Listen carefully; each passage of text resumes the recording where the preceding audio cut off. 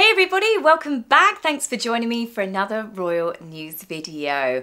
So I missed a very important bit of news from my last video, and that was last week was Prince William's 43rd birthday, and we had a gorgeous photograph shared by Kensington Palace, no doubt taken by Catherine, which featured Prince William sitting on the grass with Orla in the background and 3 of her 4 puppies. I think this is adorable. I guess they can pick up on the fact that he's actually a really nice person. People say that dogs, pets and children are a really good barometer on someone's true nature. It's been rumoured that they will be keeping one of the puppies, but I don't know how you could pick and choose out of those gorgeous little bundles of fluff. I would be such a failed foster mum, I suppose, in that respect. I could never honestly look after puppies or anything like that. I'd keep them all. But you know, the way I view it, Orla had 4 puppies, and there's George, Charlotte and Louis, and then Catherine and William. So I think that they could evenly split that. 5 members of the family, 5 dogs. We'll see. We'll see whether they manage to keep just one or whether they end up with more than one. I know exactly what I would do. But of course, with Prince William's birthday, one thing is definitely guaranteed, and that would be Meghan Markle making an appearance. Within 24 hours of Prince William's birthday, Meghan has finally restocked her inventory. But this left many people confused because she said that she wouldn't be restocking her items until 2026. And then the next minute she's like, oh no, coming soon. It's like she looked on her royal disruption calendar and went, oh, Prince William's birthday, quick, we must get some more stuff together. And she posted this photograph of her quite clearly copying Catherine again. Many people call her the Temu Duchess. This is what you ordered and this is what you've got. And I have to say, her stalking of the Princess of Wales is beyond creepy. Single white female. More recently, we've had a clip shared of Meghan and Harry's daughter carrying a Jellycat toy. It was only a couple of months ago when young Matteo, Liz Hatton's younger brother, handed over a couple of Jellycat toys to Catherine and William. Catherine and William were delighted, and Prince William was overheard saying that his children's currency, their favourite currency, is Jellycats. And then of course, Meghan makes sure her daughter has her Jellycat in full view. Trust me, that woman is stalking everything to do with members of the royal family. But it was the perfect opportunity yet again for Meghan. But before we get onto that and her As Ever launch, I want to talk about a royal duchess that everybody loves, and that of course is Sophie, the Duchess of Edinburgh, who was definitely looking gorgeous in green in a lovely summer dress by Zimmermann as she paid a visit to the Countess of Wessex studios yesterday at the Central School of Ballet, of which she has been patron of since 2003. The Duchess's visit was to highlight the world-leading dance training offered at the state-of-the-art dance school. Sophie had opened the studio in 2020, which was named in her honour of her former title, which of course changed when her husband Prince Edward became the Duke of Edinburgh on his 59th birthday back in 2023. The Central School of Ballet provides extensive programmes for dancers starting from as young as 3 years old right up to postgraduate level, and Sophie was seen happily chatting with many of the young dancers across various classes, as well as watching various performances and an exercise class. Sophie is a patron of the arts and has been interested particularly in dance for a number of years, which Lady Louise has apparently followed suit in. Both mother and daughter were spotted in the crowds of Strictly Come Dancing back in 2018, and Sophie has been actively promoting dance through various engagements, some of which she sometimes participates in herself. Now, from a dancing duchess to a missing princess, the mainstream media have learnt no lessons whatsoever, and they yet again will make a mountain out of a molehill when it comes to the Princess of Wales, who did a horrendous thing which deserved the headlines of such a scandal. Apparently there's a fallout between Catherine and the King, or they said Kensington Palace and Buckingham Palace. What did the princess do? She decided not to go to Royal Ascot, which is debatable. Some people have said at really short minutes notice, like an hour before they they were due to arrive, and some people have said that they actually did tell them at Ascot that she wouldn't be coming the day before. Either way, it's the races. I don't think this is a big deal, but you should have seen the headlines. Catherine finally breaks her silence and releases a statement after missing out at Ascot. Catherine pulls out of Ascot. The truth behind the Princess of Wales.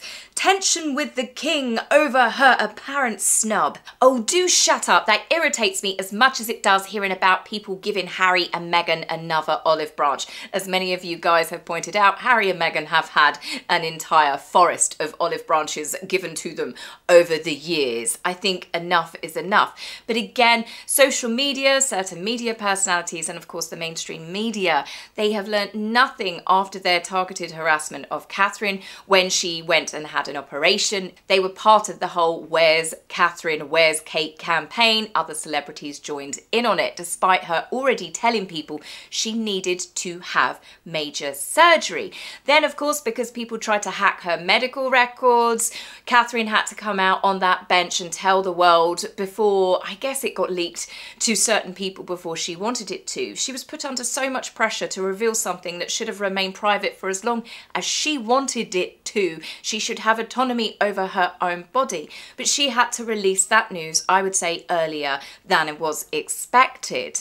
And then people still went on, didn't they, talking about the fact that she was faking it. The images of Catherine that were released where people caught them going into a garden centre, it wasn't her. The videos that she did was AI because the flowers weren't moving. Catherine doesn't have cancer. It was absolutely disgusting. And because Catherine decided to take the day off, that was it. There had to be some sort of nefarious scandal going on behind the scenes. Catherine has told everybody from the very beginning she will be taking a phased return to her duties and her appearances until she finds the right balance that works for herself and her health and of course her family. Her priorities have shifted massively. There is a reason why they say people have to be in remission for 5 years before they are declared cancer-free. She still has to take it easy. Chemotherapy can wipe the floor with you for a number of years even after you've stopped.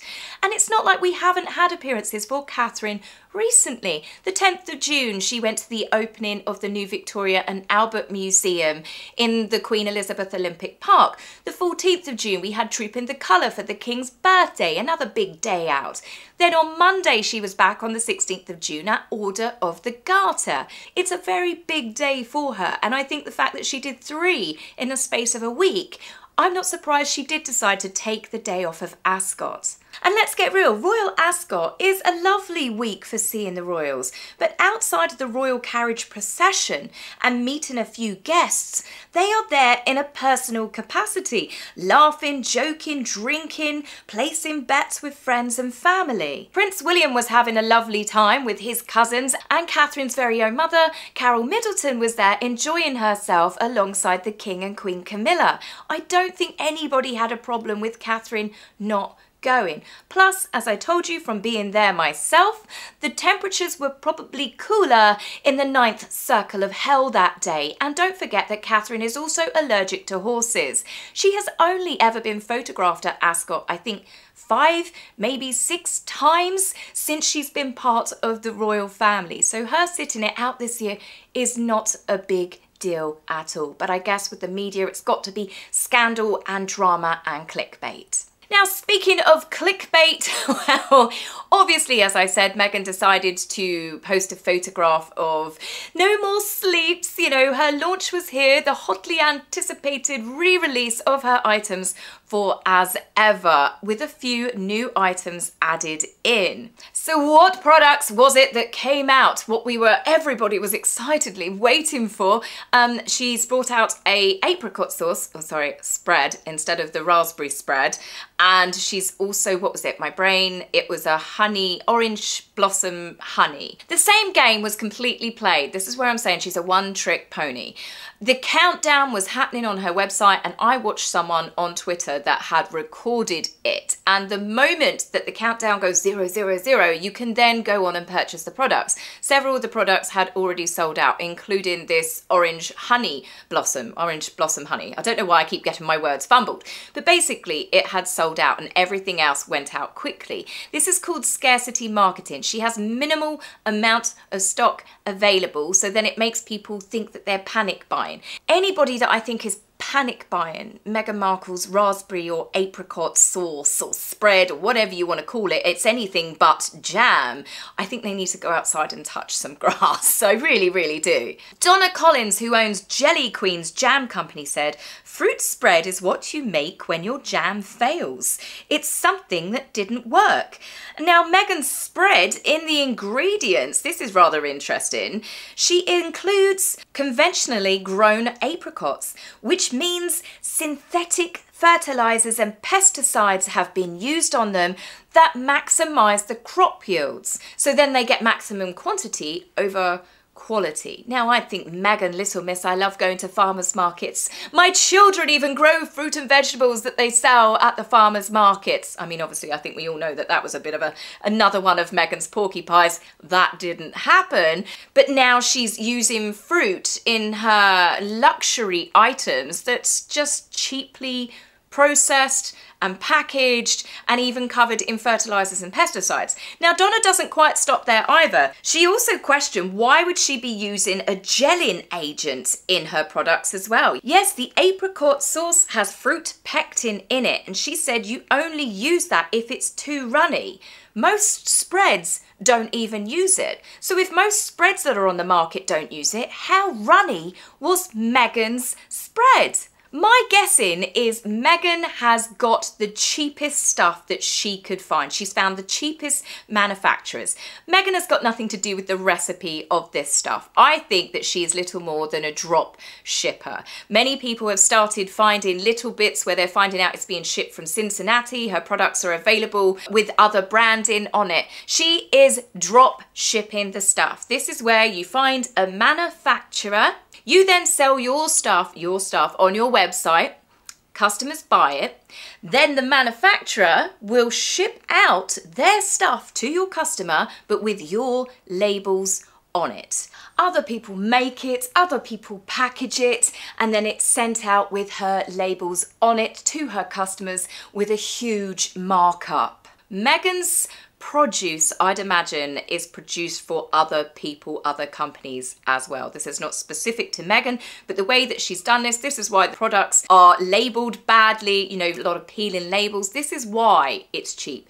Meghan is using her platform, her titles, her links to the royal family, you know, her children, so she can sell upmarket products, but what she's actually selling is a bunch of cheap tat. This is just my opinion. Obviously, I'm not going to spend any of my money and purchasing any of those products. But I think we've all seen that the flower sprinkles she's selling, you can buy that cheaply in pet stores because people give the exact same stuff to bunny rabbits and to guinea pigs. If you want to be paying overpriced money for stuff that you could buy better quality items down your local dollar store, I'd imagine in some cases, if you want to do that, then it's the age-old expression, isn't it, of a fool is easily parted with their money.